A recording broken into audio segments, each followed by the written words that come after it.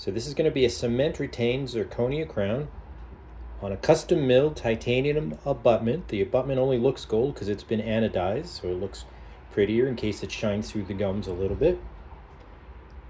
And there's a tiny screw. I don't know if you can see it way down deep into that access hole, but I use this hex driver. Basically just like a little Allen key. Real tiny one. It's 48 thousandths, 0.048 inches. Not sure where that comes out, what that comes out to be in millimeters. Probably a little less than a millimeter. And there's the implant analog. That's just the analog. That's a lab. There's just something the lab used. It's a replica of the one that's in the person's mouth. Post fits on there. It'll get placed in the mouth. Then we'll screw it back in. Attach the screw. Tighten it down with a little torque wrench to 35 Newton centimeters. And once that's in place, I'll put a little bit of, usually some Teflon tape to cover the screw hole so the cement doesn't get down in there. And then just cement the crown on, and the person's good to go. All right, let's see how it fits. Thanks for joining me. So for this visit, I usually don't numb the person up, but in this particular case, the person is very sensitive, very low pain threshold, and I try to unscrew the healing cap without any anesthetic, and they were flinching, so I decided to get her numbed up. Next, I'm going to just vacuum out the top of the cap there so I can fit my driver into the healing cap. So the healing cap is just a little part that attaches to the implant that the gum will heal around, and it'll shape the gum. There you can see it, about 5 millimeters long. Got a nice profile, and there's the post, the custom titanium post anodized, and you can see the little screw down in there. So we have to fit this in there. The lab leaves that line on it so I know which side is the cheek side, which side is the tongue side.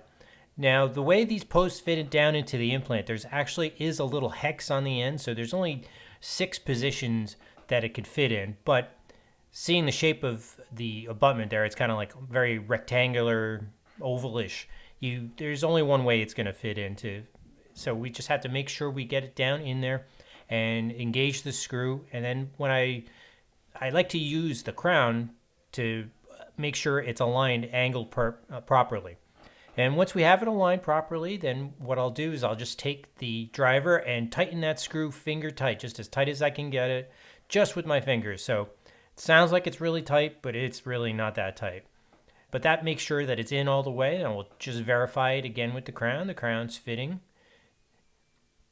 on top of the post. You could see the tissue blanching, because a lot of times that custom post ends up being a lot wider and fatter than the healing abutment that was there. So again, for most people, it's a little bit of discomfort. I'll just slowly tighten that screw up.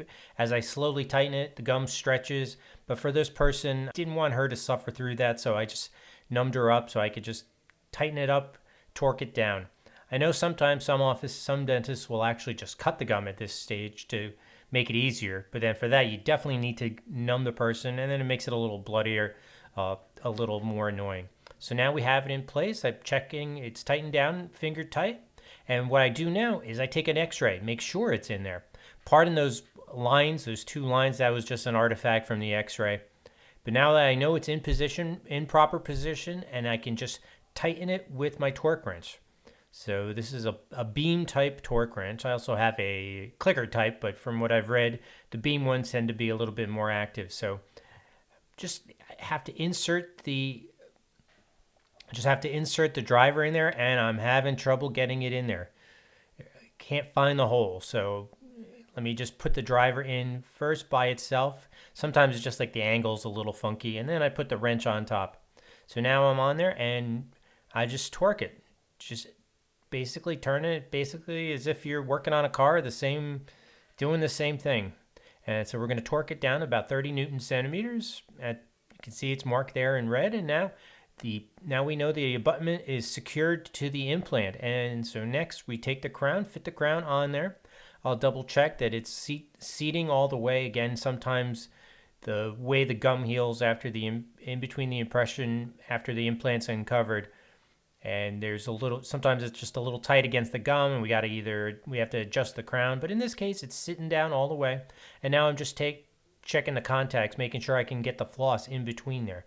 If I can't get the floss in between there, that tells me it's not too tight, and sometimes it's not in there, but it's in. Next, check the bite. Patient tells me it is a little high, so you can see where the blue marks are. So now we're just going to adjust them with my adjusting kit from Ultradent. I'm going to use my greenstone, the adjusting wheel, the contouring wheel, and then the pre-polisher and the post-polisher. So the green is the coarsest. So that's what I'm going to use at first, just to adjust the spots. The blue spots shows where the teeth touch. That basically, the articulating paper is basically just carbon paper, more or less, that leaves a blue dot. And so we do this.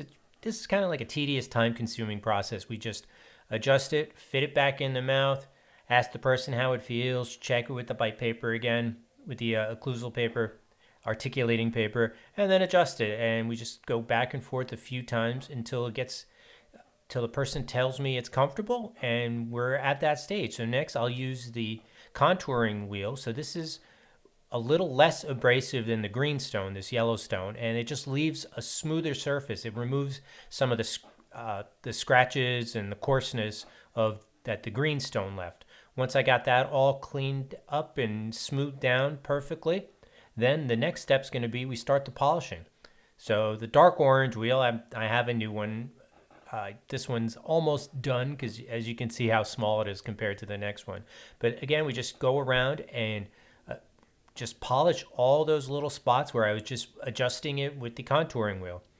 And you just got to take your time, make sure you hit every section. And I find this kit works great to adjust zirconia, full contour zirconia. So this is all zirconia. There's no overlay of traditional feldspathic porcelain or anything. And from studies I've read, highly polished zirconia is very gentle to the opposing teeth. It's not very abrasive. It won't wear the opposing teeth away. And then here's the last step, the light orange polisher. You can see it's a much bigger wheel. It's newer. I've had to replace this one already. So again, just going back and adjusting every little bit where I adjusted it previously. And we just want to have a nice shiny surface. The shinier it is, the smoother it is. Basically, polishing just makes all those little scratches, makes them smaller and smaller till you can't see them with the naked eye. All right, all done. Just cleaning it off, drying it off. One last fit before we cement it in. Just with finger pressure, ask the person, yep, feels good, she says. So we're ready to cement it. So before we cement it, though, I like to take a piece of Teflon tape, similar to plumber's tape. I usually like to use one piece, and then I stuff that down in the hole where the screw is. This way, just in case if I ever need to access that screw, that head of that screw, which is a little tiny hex head, isn't full of cement. So I just pack that in there, and if you use one piece as opposed to a bunch of little pieces, it's easier to remove if you ever need to remove it. Pack that in, and then we're ready to cement. So for cementing it, I like to use temp bond. It's a temporary cement. I mean, years ago, this type of cement was considered a permanent cement. We just have newer cements. But I had attended some lectures by Dr. Wadhwani, and he's done a bunch of research into cement retained crowns and cement sepsis. And so he recommends either ZOP, zinc oxyphosphate cement, or a temporary cement. Both are radio opaque, so they'll show up on an x-ray if there's an extra. And they're also very kind to the tissues. You don't have to worry about them affecting, causing any issue. Even if you do get a little bit of cement down under the gum, the body will be able to get rid of it. But you also, when I load it up, I don't load it up full like I would a traditional crown. You have to be careful with that. All right, making sure I removed all the extra cement, flossing the contacts, getting any little bit of cement that's caught in there. Temp bond stuff sets up nice and quickly. It's easy to clean up, easy to get rid of it. So now, person's ready to go. I let them know that it is temporary cement, but there's the final crown on the abutment on the implant. Tiny little 6mm long Biomax Forte implant. All right, thanks so much for watching. See you guys in the next video.